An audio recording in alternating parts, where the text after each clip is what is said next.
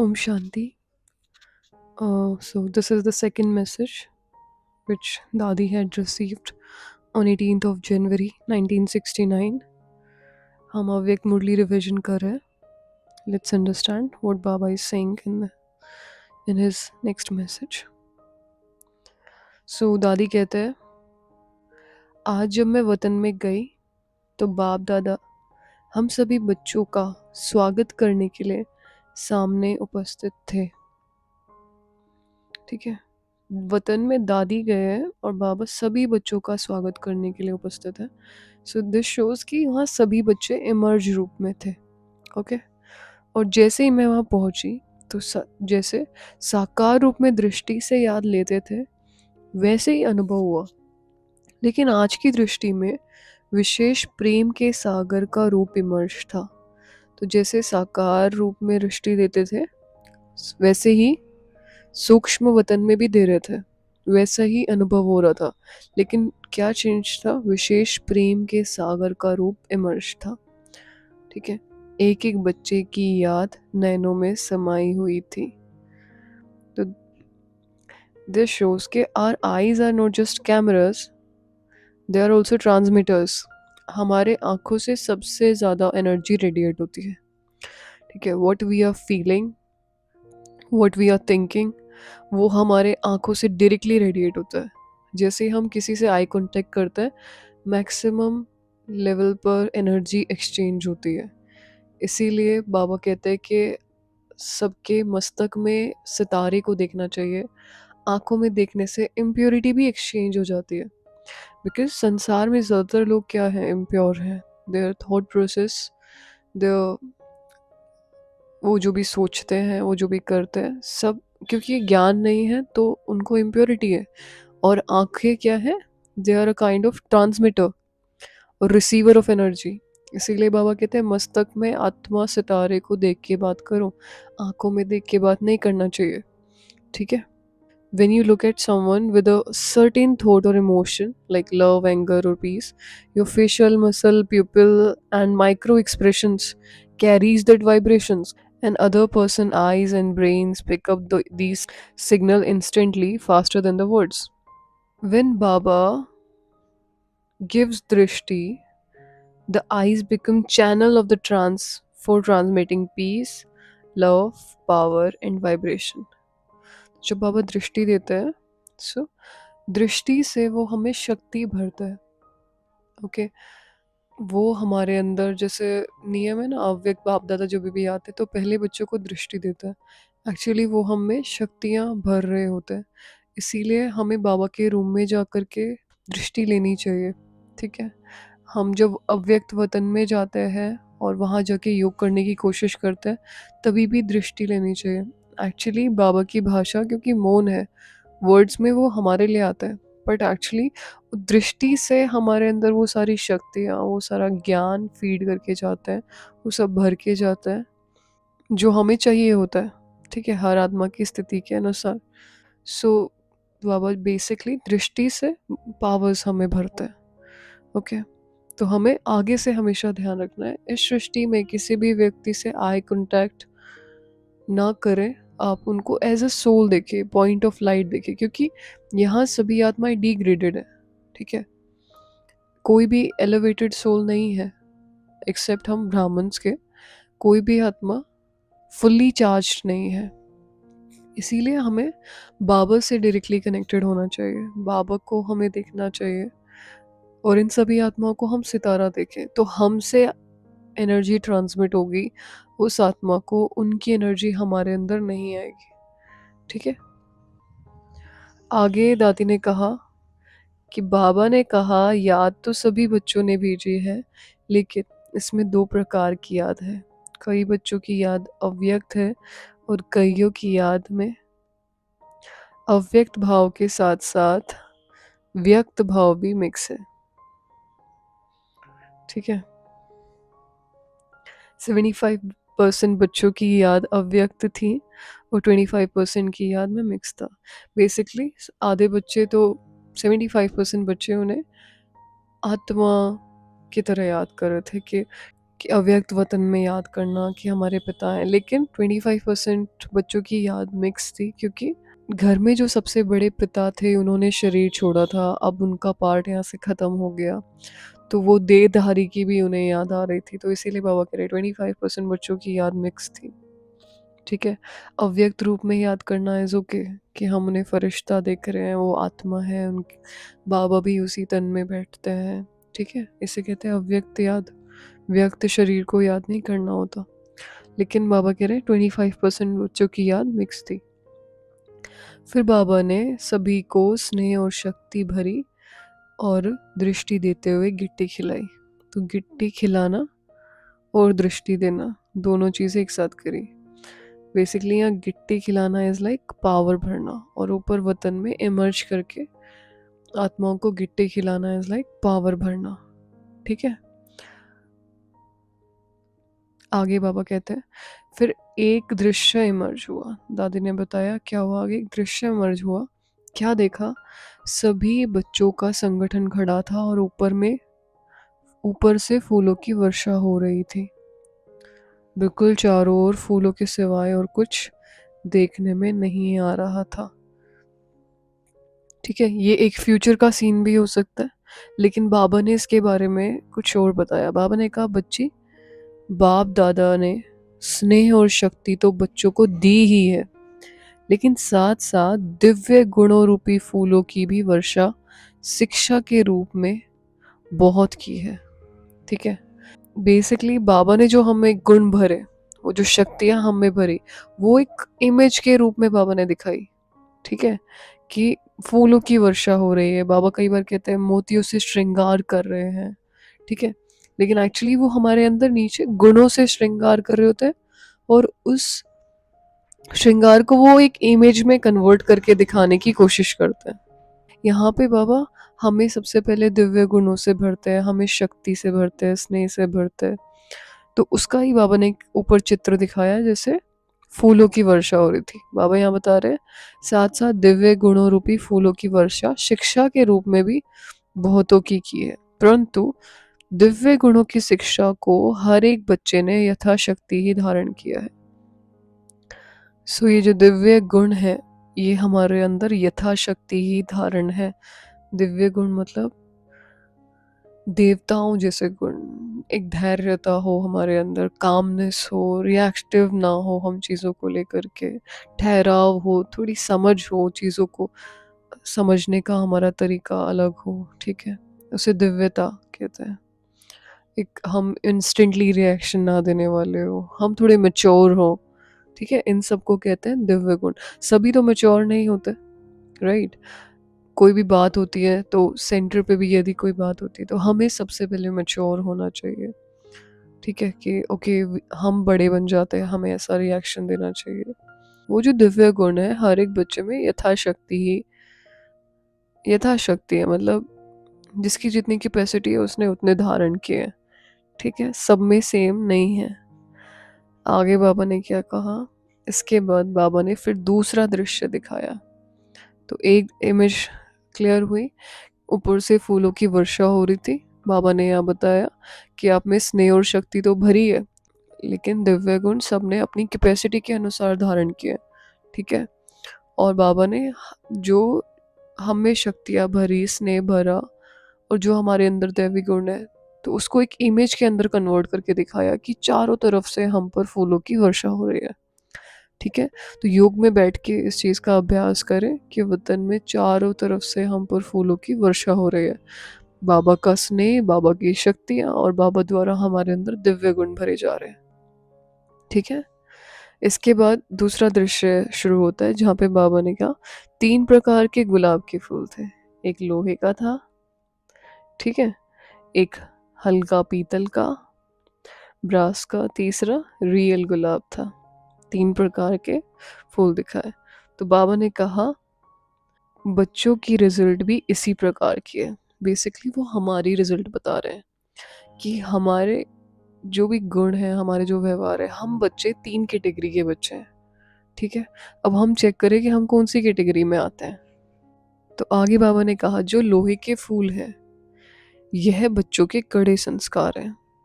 ठीक है, कड़े संस्कारों की निशानी थे। जैसे लोहे को बहुत ठोकना पड़ता है, जब तक गर्म ना करो, हथौड़ी ना लगाओ तो मुड़ नहीं सकता। इस तरह कई बच्चों के संस्कार लोहे की तरह हैं। ठीक है, हम चेक करें, हमारे संस्कार तो लोहे की तरह नहीं है, जो कितना भी भट्टी में पड़े रहें लेकिन बदलते ही नहीं हैं।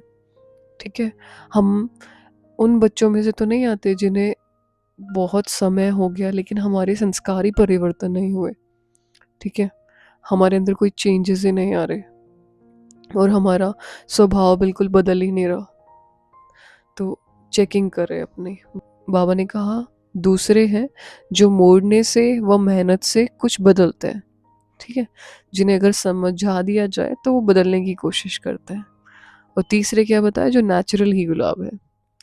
यह वही बच्चे हैं जिसको गुलाब समान बनने में कुछ भी मेहनत नहीं ली। ठीक है, तीसरे प्रकार के नेचुरल गुलाब, जिन्होंने गुलाब बनने में बिल्कुल मेहनत नहीं ली। तो ये जो तीसरे प्रकार के बाबा बता रहे हैं ना, हम जितने जितने हम निश्चय बुद्धि होंगे उतना हमारे लिए चेंज होना, उतना हमारे लिए बुद्धि में परिवर्तन होना इजी है। अगर हम निश्चय बुद्धि नहीं है, ठीक है, तो हम लोहे के गुलाब जैसे हैं। ठीक है, हम चाह के भी चेंज नहीं होना चाहते, हमारे अंदर कोई बदलाव आ ही नहीं सकता। हमें ये नहीं पता कि हमें पढ़ाने वाले खुद भगवान है। ठीक है, हमें ये नहीं पता कि हम बस मुरली रूटीन में लेके आ रहे हैं। हाँ, ऊपर ऊपर से हमें निश्चय ज़रूर है, क्योंकि मुरली सुन रहे हैं तो निश्चय है तभी सुन रहे हैं। ठीक है, लेकिन हम परिवर्तन नहीं होना चाहते। तो अगर हम ऐसे हैं तो हम क्या हैं, लोहे के गुलाब है, गुलाब लेकिन लोहे के। ठीक है, कोई कहता है, कोई समझाता है, मोल्ड होने की कोशिश करते हैं।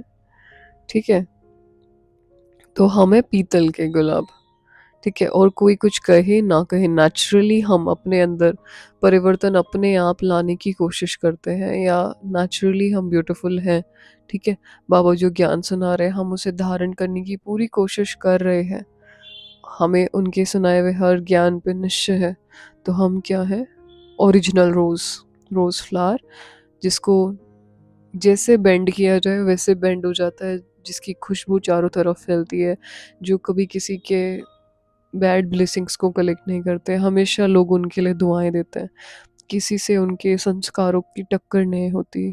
ठीक है, झुक करके चलना उनको ठीक लगता है। तो वो हो गए नेचुरल गुलाब, नेचुरल रोज़।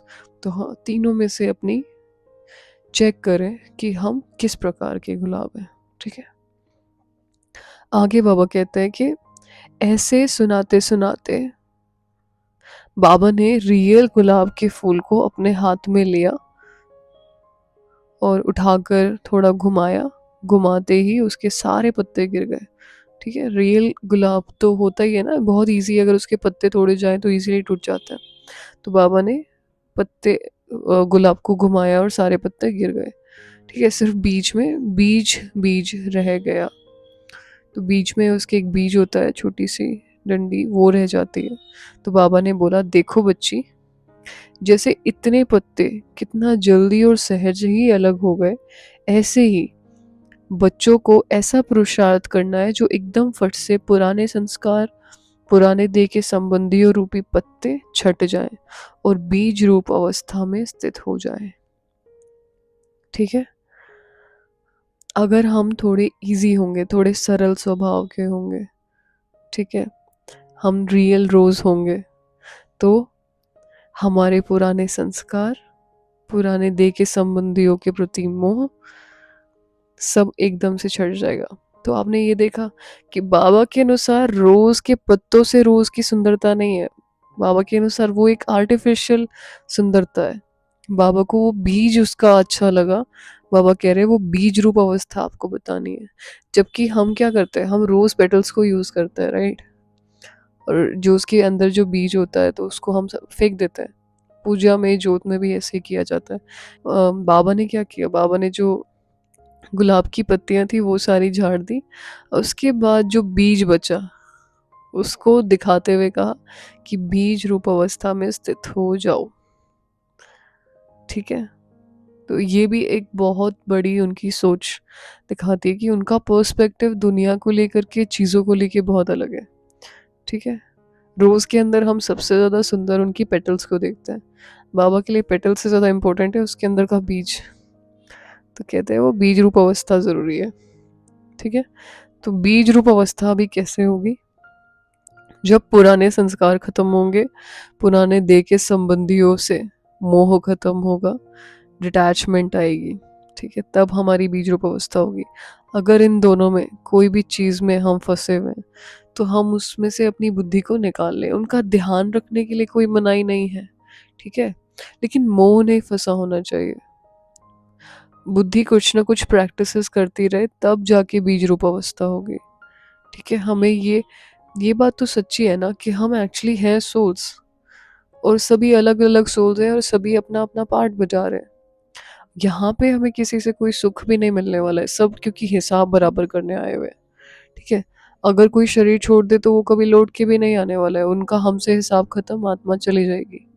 ठीक है, तब भी फिर उनके अंदर मोह फंसा के क्या फ़ायदा है? सबका अपना इंडिविजुअल पार्ट है, सब अपना पार्ट बजा रहे हैं, एंड ये लास्ट टाइम है। हमें सबका कल्याण ज़रूर करना है, लेकिन मोह फंसा के नहीं कि मैं पहले अपने बच्चे का, अपने बेटे को सतयुग की बादशाही दिलाऊं, फिर सबके लिए सोचो सेम चीज़, राइट?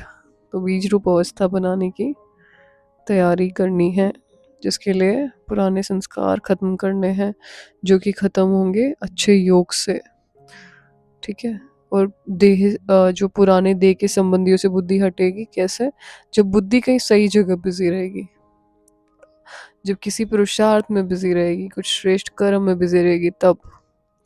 तो बाबा कहते हैं सभी बच्चों को यही संदेश देना कि अपने को चेक करो कि अगर समय आ जाए तो कोई भी संस्कार रूपी पत्ते अटक तो नहीं जाएंगे जो मेहनत करनी पड़े। क्या कह रहे हैं? अगर समय आ जाए, कभी भी आ सकता है ना, कुछ भी परिस्थिति आ जाए, तो संस्कार रूपी पत्ते अटक तो नहीं जाएंगे। अगर पत्ते टाइट होंगे, जैसे गुलाब का जो नेचुरल फूल है उसके पत्ते तो तोड़ना ईजी है, वहीं अगर पीतल का और लोहे का है तो उसके पत्ते थोड़ी तोड़ सकते हैं हम, चाहे वो आर्टिफिशियल गुलाब है, लेकिन वो पत्ते नहीं टूटेंगे। ठीक है, तो ऐसे संस्कार जो कहते हैं, संस्कार रूपी पत्ते अटक तो नहीं जाएंगे, नेचुरल गुलाब होंगे तो नहीं अटकेंगे। ठीक है, तो मेहनत करनी पड़े। किस चीज़ की मेहनत? नेचुरल रोज़ बनने की, झुकने की, ओरिजिनल रहने की।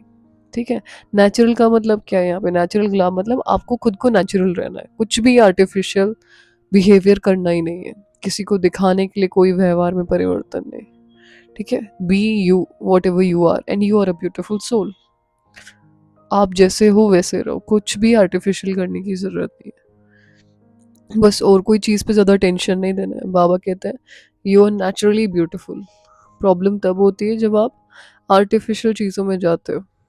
ठीक है, तो उसको ना करे, कोई भी ऐसी चीज़ ना करे जो दूसरों को दिखाने के लिए, दूसरों को कंफर्टेबल करने के लिए नहीं। Be you whatever you are, चाहे दिखना हो चाहे कुछ पहनना हो, आप जैसे हो वैसे रहो, आप वैसे ही सबको अच्छे लगोगे। आपका व्यवहार जैसा है, जो कि नेचुरली ब्यूटीफुल है, तो नेचुरल रहें आप। गुस्सा आपका नेचुरल बिहेवियर नहीं है, वो तो कोई ना कोई कुछ ऐसा कर देते हैं तब हमारा रिएक्शन वैसा हो जाता है, बट वो रिएक्शन भी मेरे कंट्रोल में होना चाहिए, क्योंकि naturally I am a very good soul. किसी और की वजह से मैं अपनी बुद्धि क्यों खराब करूँ, अपनी स्थिति क्यों खराब करूँ, राइट? तो हम यहाँ पे सबसे पहली चीज़ क्या नोट करेंगे? हमें नेचुरल रहना है, जो हम हैं जैसे हम हैं हमें वैसा रहना है, ज़्यादा नहीं, हमें कुछ भी आर्टिफिशियल नहीं करना है। Naturally I am a soul, तो मुझे वैसा ही रहना है, जैसा मुझे पहनना पसंद है, मुझे सिंपल रहना पसंद है, दूसरों को दिखाने के लिए नहीं मुझे कुछ पहनने की ज़रूरत है। Be you whatever you are. ठीक है, लास्ट में बाबा कहते हैं कर्मातीत अवस्था सहज ही बन जाएगी, या कोई कर्म बंधन उस समय अटक डालेगा। फ्यूचर के लिए कह रहे हैं, जब कोई भी परिस्थिति अचानक आ जाए तो बाबा कह रहे हैं धीरे धीरे जब आप अभ्यास करेंगे तो कर्मातीत अवस्था सहज ही बन जाएगी, या कोई कर्म बंधन उस समय अटक डालेगा। अगर कोई कमी है तो चेक करो और भरने की कोशिश करो। सो कर्मातीत अवस्था मतलब एक बहुत डीप कॉन्सेप्ट है, कर्मों का आप पर इफेक्ट ना हो, वो जो स्टेज होती है उसे कहते हैं कर्मातीत अवस्था। हम अभी जो भी कर्म करते हैं ना, हम पे इन्फ्लुएंस होता है एक तो हमारे पुराने किए गए कर्मों का। ठीक है, हमने जो भी कर्म कर रखे हैं, हमारे मूड शिफ्ट होते रहते हैं ना, कि कभी कभी हमारा मूड बहुत अच्छा है और कभी कभी मूड बिल्कुल ख़राब हो जाता है अचानक, क्योंकि हमारे पुराने जो कर्म हैं वो हम पर इन्फ्लुएंस कर रहे हैं। वो साइकिलिक वे में हम पर आते रहते हैं। जब हमने पहले कभी कोई अच्छा कर्म किया होगा, वो आज अगर सामने आ रहा है तो आज हमारा मूड अच्छा है।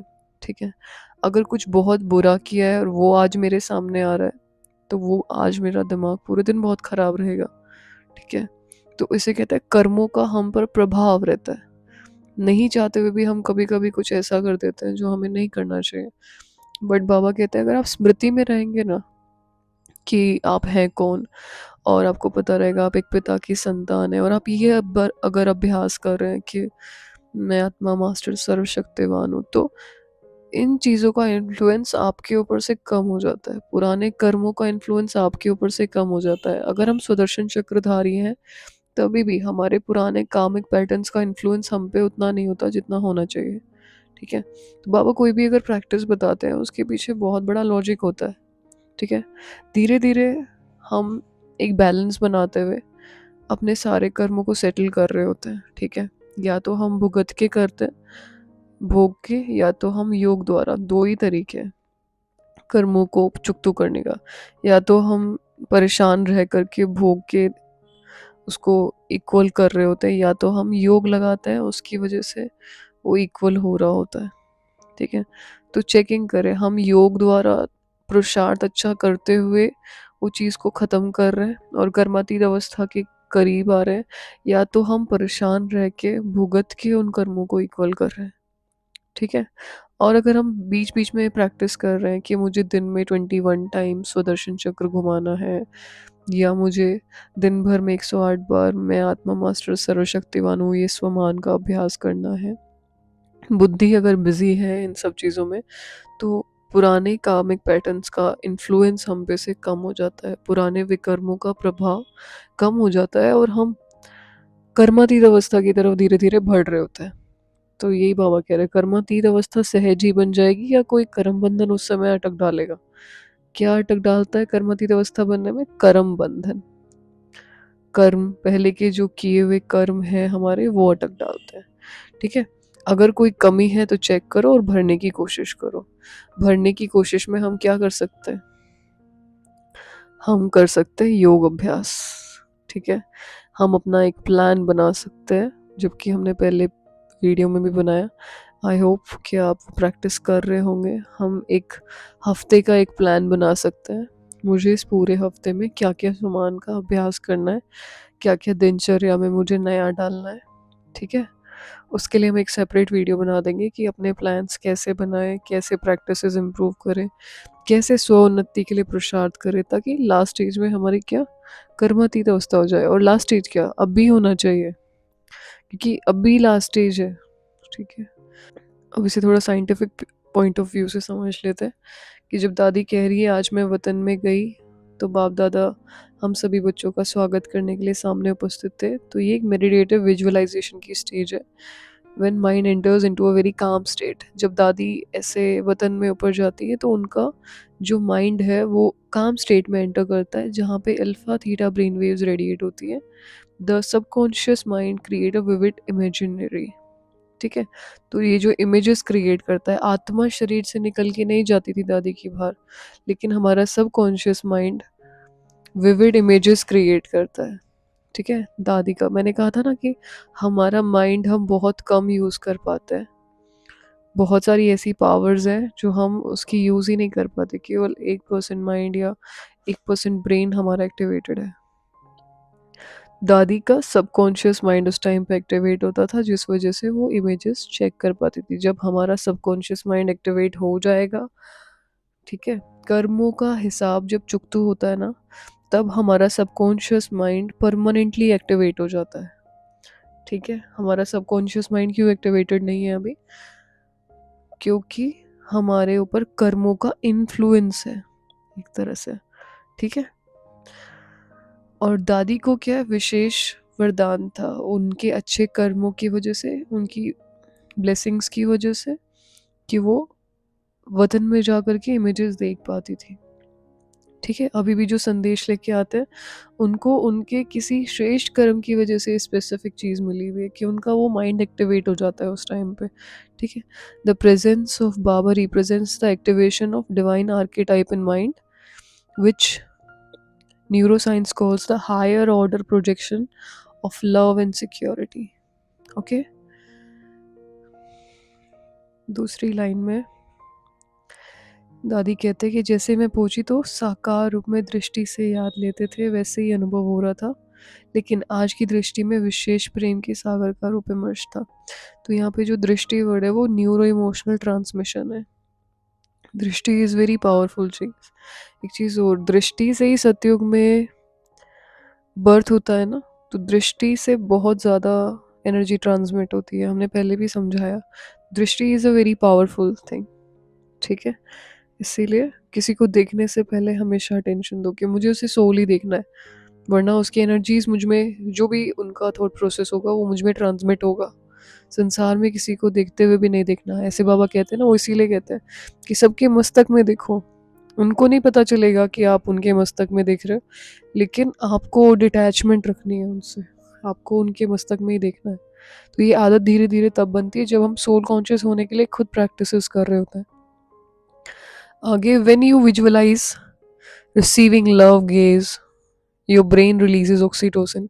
तो जब हम विजुअलाइज करते हैं कि बाबा हमें प्यार से देख रहे हैं, हम भी अगर विजुअलाइज करते हैं तो ब्रेन में हमारे ऑक्सीटोसिन एक्चुअली रिलीज होता है, सेरोटोनिन एक्चुअली रिलीज होता है, क्योंकि brain can not differentiate what actually is happening और व्हाट वी आर विजुअलाइजिंग।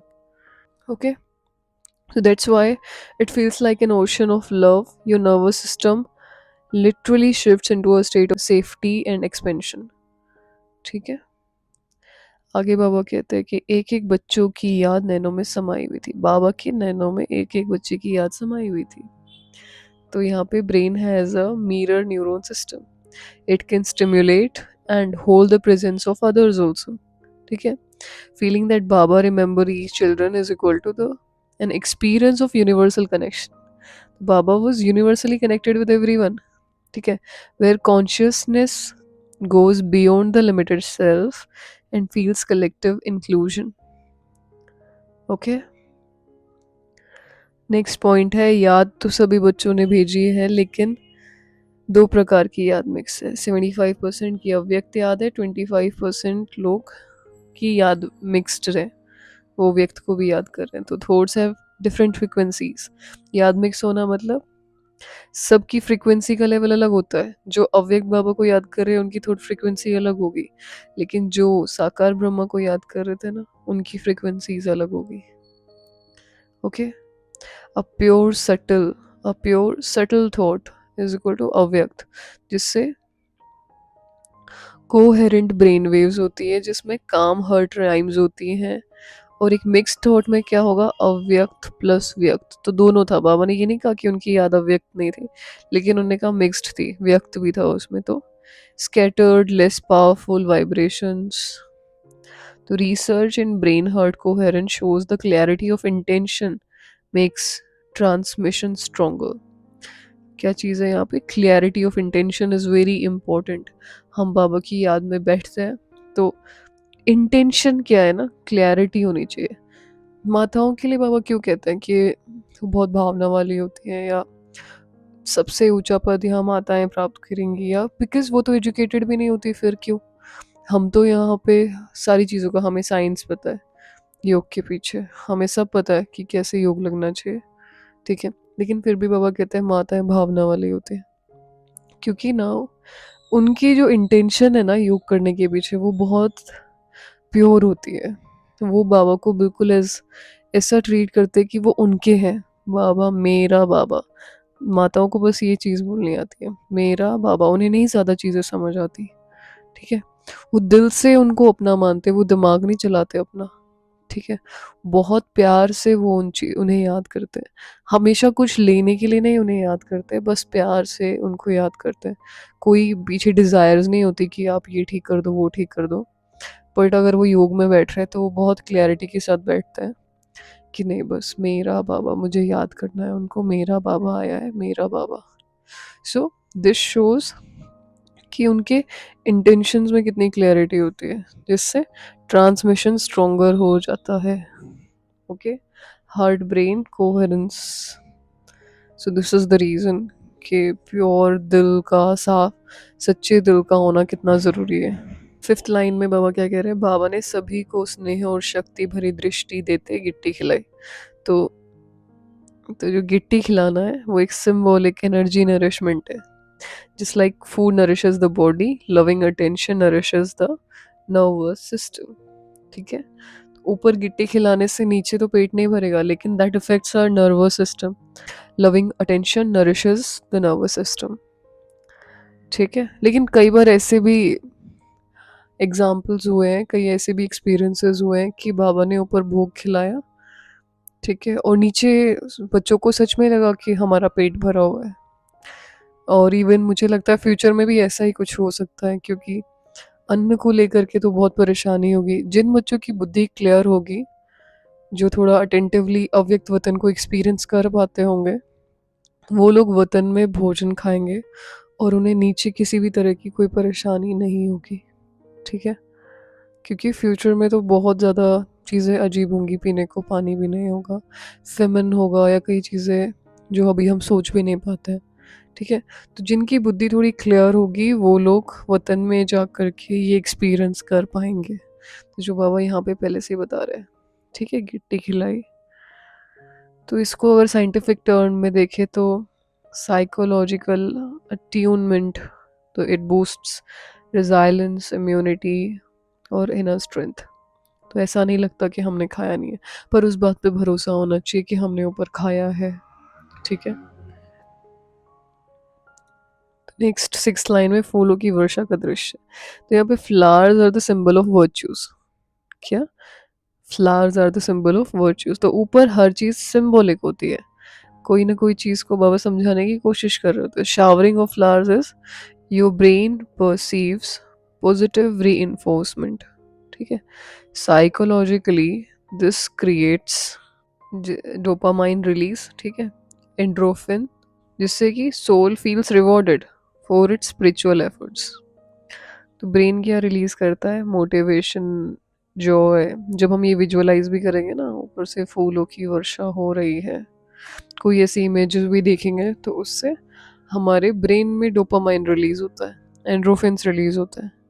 बाबा ने कहा कि वो एक सिंबल है, सिंबल ऑफ वर्च्यूज। तो your brain receives positive reinforcement.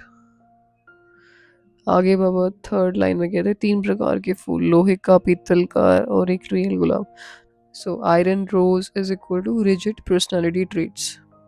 Neuro science में इसे कहते हैं स्ट्रॉन्ग न्यूरल पाथवेज, जो कि hard to rewire, like iron need heat and hammering बहुत ज़्यादा ना, तब जाके उसके अंदर आयरन में चेंज होता है। ऐसे कई हमारे संस्कार होते हैं, बहुत ज़्यादा स्ट्रिक्ट आइडियोलॉजी बनी हुई है, नहीं अपने संस्कार चेंज करना चाहते, चाहते नहीं है। ठीक है? कई बार होता है चाहते हैं, लेकिन पुराने जो संस्कार है वो बिल्कुल इतने रिजिड हैं, तो वो चेंज नहीं हो सकते। तो उनको चेंज करने के लिए क्या चाहिए होता है? एक तो इंटेंशन होनी चाहिए कि मुझे चेंज करना है। पहला तो सबसे पहली चीज़ कि अपने आप की गलतियां देखने आनी चाहिए कि हाँ, मेरा गुस्सा करना ठीक नहीं है, ये चीज़ मुझ में गलत है। क्यों पाथवे स्ट्रोंग होता है? क्योंकि वो चीज़ हमें शायद गलत भी नहीं लग रही होती, हमारी हैबिट्स हमें गलत नहीं लगती, इसलिए हम चेंज भी नहीं कर सकते। तो वैसे जो बच्चे हैं उनको क्या कहेंगे? आयरन रोज टाइप्स। सबसे पहला चेंज करने के लिए हमारी इंटेंशन होनी चाहिए कि हाँ, मुझे चेंज करने की ज़रूरत है। ठीक है? फिर उसके बाद दूसरी चीज़ आती है कि फिर हमें उस अनुसार प्रैक्टिसेस करनी पड़ेगी। ठीक है? मुरली को डेली रूटीन में डालना। ठीक है? मुरली में से एनालाइज के लिए पॉइंट्स निकालना, फिर उनके बारे में सोचना, फिर योग के ऊपर अटेंशन देना, स्वमानों की प्रैक्टिस करना, स्वदर्शन चक्र घुमाने की कोशिश करना।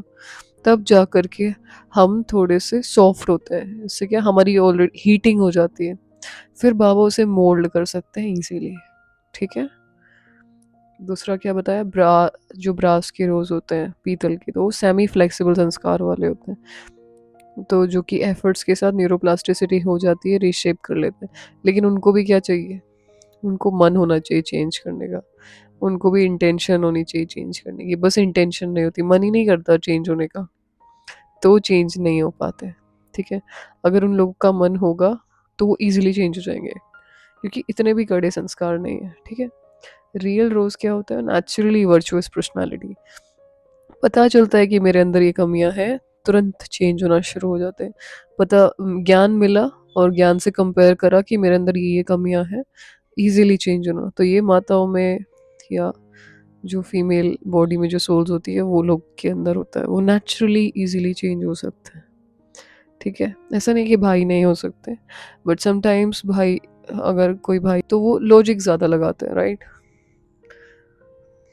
लेकिन अच्छे प्रसार अगर वो चेंज हो जाए, जैसे अगर आयरन रोज टाइप्स वाले जो लोग हैं, ठीक है, जिनके संस्कार रिजिड हैं, वो अगर चेंज होते हैं तो वो जो सेवा निकालते हैं वो नेचुरल और रियल रोज भी नहीं निकाल सकते उनसे जो सेवा होती है, क्योंकि फिर वो पूरी तरह चेंज होते हैं। ओके। तो यहाँ पे क्या, the neural wiring is already aligned with positivity, so transformation is effortless, easily हो जाता है। बाबा ने कहा मिला, हमारे अंदर परिवर्तन शुरू हो गया।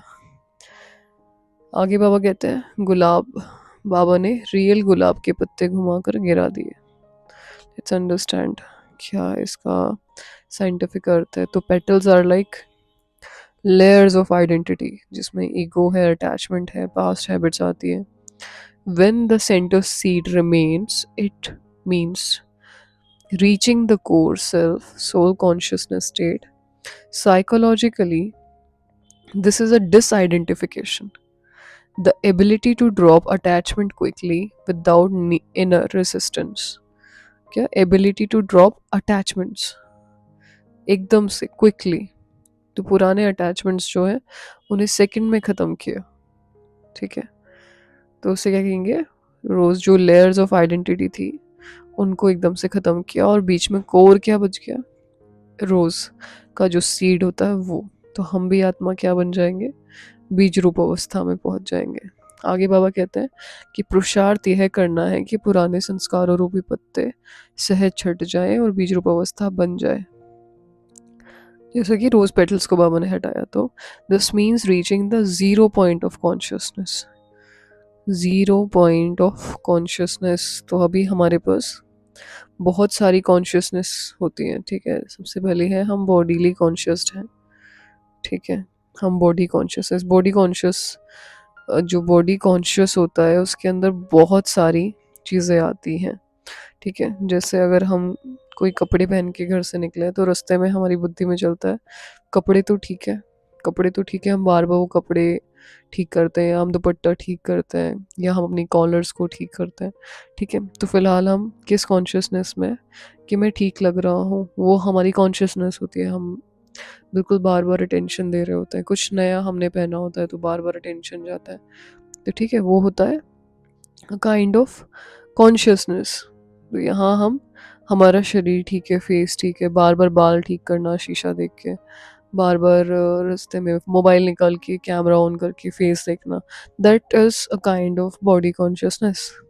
हम बीच में रुक के ये नहीं चेक करते कि क्या मेरा मन ठीक है, क्या मैं अभ्यास कर रही हूँ, क्या मेरी प्रैक्टिसेस चल रही हैं। अगर हम तीव्र पुरुषार्थ करना चाहते हैं ना, तो ये सब चीज़ें ज़रूरी हैं कि मुझे अफर्मेशंस प्रैक्टिस करनी है। तीव्र पुरुषार्थ भी मतलब क्या है, कि मुझे अपनी लाइफ में एक स्टेबिलिटी चाहिए। ठीक है। मैं ऐसी लाइफ नहीं जीना चाहती जिसके अंदर मैं आज परेशान हूँ, मैं कल खुश हूँ, और मैं परसों फिर से परेशान हूँ, और फिर किसी ने आके कुछ अच्छा कह दिया तो मैं ठीक हूँ। ठीक है। अनसर्टेनिटी होती है ना लाइफ में, वो ख़त्म करनी हो तो हमें तीव्र पुरुषार्थ करना चाहिए। ठीक है। जो सतयुग में बादशाही मिलेगी वो एक अलग है, अलग चीज़ है, वो फ्यूचर में मिलने वाली है, राइट। लेकिन अभी जो मेरे अंदर अनसर्टेनिटी है, जो मैं लोगों की वजह से परेशान हूँ, वो भी ख़त्म तब होगी जब हम पुरुषार्थ को सीरियसली लेंगे। ठीक है। आज की डेट में अगर मैं परेशान हूँ ठीक है? और वो मुझे नहीं चाहिए, मुझे सर्टेनिटी चाहिए अपने लाइफ में, किसी और की वजह से मैं परेशान ना रहूं। उसके लिए मुझे तीव्र पुरुषार्थ करना चाहिए, जिसके फ्यूचर में भी बेनिफिट्स होंगे, आने वाले 84 बर्थ्स के लिए भी बेनिफिट्स होंगे, लेकिन सबसे ज़्यादा बेनिफिट होगा मेरी अभी की अवस्था ठीक हो जाएगी। ठीक है? तो यहाँ क्या, ज़ीरो पॉइंट ऑफ कॉन्शियसनेस हम रीच करते हैं। ज़ीरो पॉइंट को हम सोल कॉन्शियसनेस होना भी कह सकते हैं। सोल क्या है? पॉइंट ही है ना एक। ठीक है? वेयर अननेसेसरी न्यूरल पैटर्न्स, जो कि पुराने संस्कार होते हैं, वो डिजोल्व होने शुरू हो जाते हैं। ठीक है? Brain science calls this neuro deconditioning. Neuro deconditioning. Meditation helps neurons disconnect from old habits and stabilize in the seed like state of pure awareness. ठीक है? प्योर अवेयरनेस किसकी होती है? I am a beautiful soul, I am a soul, I am an energy. ठीक है? Next line क्या है? कर्मातीत अवस्था सहज बनानी चाहिए, तो कर्म बंधन अटक न डाले, सहज बननी चाहिए। कर्म बंधन is equal to unresolved emotional imprints. क्या? अनरिजॉल्व इमोशनल इम्प्रिंट्स, जो कि स्टोर्ड होते हैं सब कॉन्शियस माइंड में, एंड इवन द बॉडी, जो कि इफेक्ट करते हैं बॉडी को भी। ठीक है? If not resolved, so they triggers are stress. कुछ पुरानी ऐसी चीज़ें, कुछ पुराने ऐसे कंफ्यूजन्स, कुछ ऐसी बातें जो अनरिजॉल्व रह गई, तो आपके सबकॉन्शियस माइंड में स्टोर्ड होती हैं। तो the goal is to process and release them through awareness. तो हमें उन्हें रिलीज कर देना चाहिए अवेयरनेस से। ठीक है? So that at final moment the brain does not fire old emotional circuits. पुराने इमोशनल सर्किट्स अंत समय में फायर ना करे, उनको अभी रिजॉल्व करना पड़ेगा। रिजॉल्व करना मतलब कुछ पुराने ना कन्फ्यूजन हो जाते हैं, कुछ बातें ऐसी रह जाती है, जैसे आज किसी ने कुछ कह दिया, ठीक है, हम उसे स्टॉक कर लेते हैं। इसी जन्म की अगर हम बात करें तो वो चीज़ हमें बुरी लगेगी, मैंने स्टोर कर लिया, कभी भी वो मिलेगा ना, वो चीज़ दोबारा बाहर निकलेगी कि इसने मुझे पिछली बार ऐसे कहा था। ठीक है? हम उसे रिजॉल्व नहीं करेंगे, हम उसे ज्ञान का पॉइंट यूज़ करके ये नहीं कहेंगे कोई बात नहीं, उनका संस्कार ऐसा है, हम उसे बस ऐसे कंटिन्यू छोड़ देते हैं। फिर वो दोबारा कभी और मिलेगा, फिर दोबारा वही चीज़, हम उसी पर्सपेक्टिव के साथ उससे मिलेंगे, वो दोबारा कुछ भी कहेगा, उसके अंदर वो बात ऐड करते जाएंगे। ठीक है? और फिर वो थोड़ी और बड़ी हो जाएगी, और जब भी उससे मिलेंगे वो चीज़ हमें उतना हर्ट करेगी, और किसी भी आत्मा को लेके हम एक पर्सपेक्टिव नेगेटिव बना लेते हैं, जो कि हमारे इमोशनल सर्किट को डिस्टर्ब करता है। ठीक है? अगर हम ये सब चीज़ें ना करें, किसी की बातों को अपने अंदर ना बिठाएं, ज्ञान को यूज़ करें, अगर हम वहाँ पे ना, ज्ञान को ना हम ऐसा बस सेंटर तक का ज्ञान समझते हैं, हम सोचते हैं स्पिरिचुअल होने की क्या ज़रूरत है। स्पिरिचुअल होना इसलिए ज़रूरी है क्योंकि हम इमोशनली परेशान हैं। स्पिरिचुअल होना, यहाँ पे बाबा केवल हमें सत्संग थोड़ी करा रहे हैं, हम यहाँ बाबा हमें यहाँ पे ना एजुकेशन दे रहे हैं कि आप जो इमोशनली वीक हो गए हो ना, उसको ठीक कैसे करोगे आप। आपके ऊपर जो कामिक पैटर्न्स का जो बना हुआ है हिसाब किताब जो बन गया है, कर्म तो ना कोई भी समझा सकता है कि कर्म क्या है। कर्मों के हिसाब को चुकतू कैसे करे, इस कर्म के साइकिल से बाहर कैसे निकले, ये हमें केवल भगवान बताते हैं। तो this is the highest education. ये सिर्फ कोई स्पिरिचुअल नॉलेज नहीं है, ये वो ज्ञान है जो अभी तक किसी को मिला नहीं है। और ज्ञान भी एक एजुकेशन है, ये बहुत, मतलब साइंस ने भी अभी तक डेवलप नहीं की वो सारी चीज़ें जो बाबा हमें आके बताते हैं कि तुम मुझ पॉइंट ऑफ लाइट से कनेक्ट होते हो, मैं जो आपको नॉलेज देता हूँ आप उस नॉलेज को यूज़ करते हो, आपके ओल्ड इमोशनल जो सर्किट्स हैं वो क्लीन हो जाते हैं, यू रिमेन फ्री, लाइट हो जाते हो। कोई भी ऐसी चीज़ आज तक इन्वेंट नहीं हुई जो हमें लाइट फील करा सके। ठीक है? हम ब्रेन से फ्री फील कर सकें, चाहे जितनी इन्वेंशंस हो रही है ना, लेकिन सबका दिमाग भारी होता जा रहा है। डिप्रेशन क्यों इंक्रीज हो रहा है जब चाहे इतना साइंस तरक्की कर रहा है? तो क्योंकि हम ना बाबा के नॉलेज को नॉलेज जैसे लेते ही नहीं है, इसे एज ए यूनिवर्सिटी हम समझते नहीं, हम ये नहीं सोचते कि बाबा हमें बहुत डीप एजुकेशन दे रहे हैं, पढ़ाई करा रहे हैं। हम बस इसे सुबह की मुरली जैसे सुन लेते हैं कि किसी सत्संग में कुछ पॉइंट्स सुनाए जा रहे हैं, दैट्स इट। ठीक है? और उसको सुन के खुश रहते हैं। बट ये चीज़ें रियल लाइफ में इम्प्लीमेंट करने के लिए बहुत ज़रूरी है। ठीक है. So you remain free and light and detached. Okay. If you uses knowledge. तो इन शॉर्ट पूरा एक बार बाबा की दृष्टि क्या होती है, न्यूरो इमोशनल सिंक्रोनाइजेशन होती है. अव्यक्त रिमेम्बरेंस क्या होती है, कोहेरेंट वाइब्रेशन, जो कि मेजरेबल एज काम ब्रेन हर्ट पैटर्न्स. इसको मेजर भी किया जा सकता है कोहेरेंट वाइब्रेशंस को. आपका जो काम हो जाता है, आपका जो ब्रेन और हर्ट है उसके पैटर्न्स में कामनेस आ जाती है. तो थर्ड रोज, जो 3 रोजेज है वो लेवल ऑफ न्यूरोप्लास्टिसिटी और संस्कार की रिजिडिटी की बात बाबा कर रहे हैं. तो हमने चेक किया कि हम कौन से में आते हैं और हमें चेंज करने की ज़रूरत है. तीनों प्रकार की रिजिडिटी को चेंज करने के लिए सबसे पहले ज़रूरी है आपका मन होना चाहिए चेंज करने का, आपकी इंटेंशन होनी चाहिए चेंज करने के लिए. ठीक है. पत्तियों का टूटना was like let go the ego layers, जो कि दिखने में तो बहुत सुंदर लगता है बट दे आर हार्मफुल.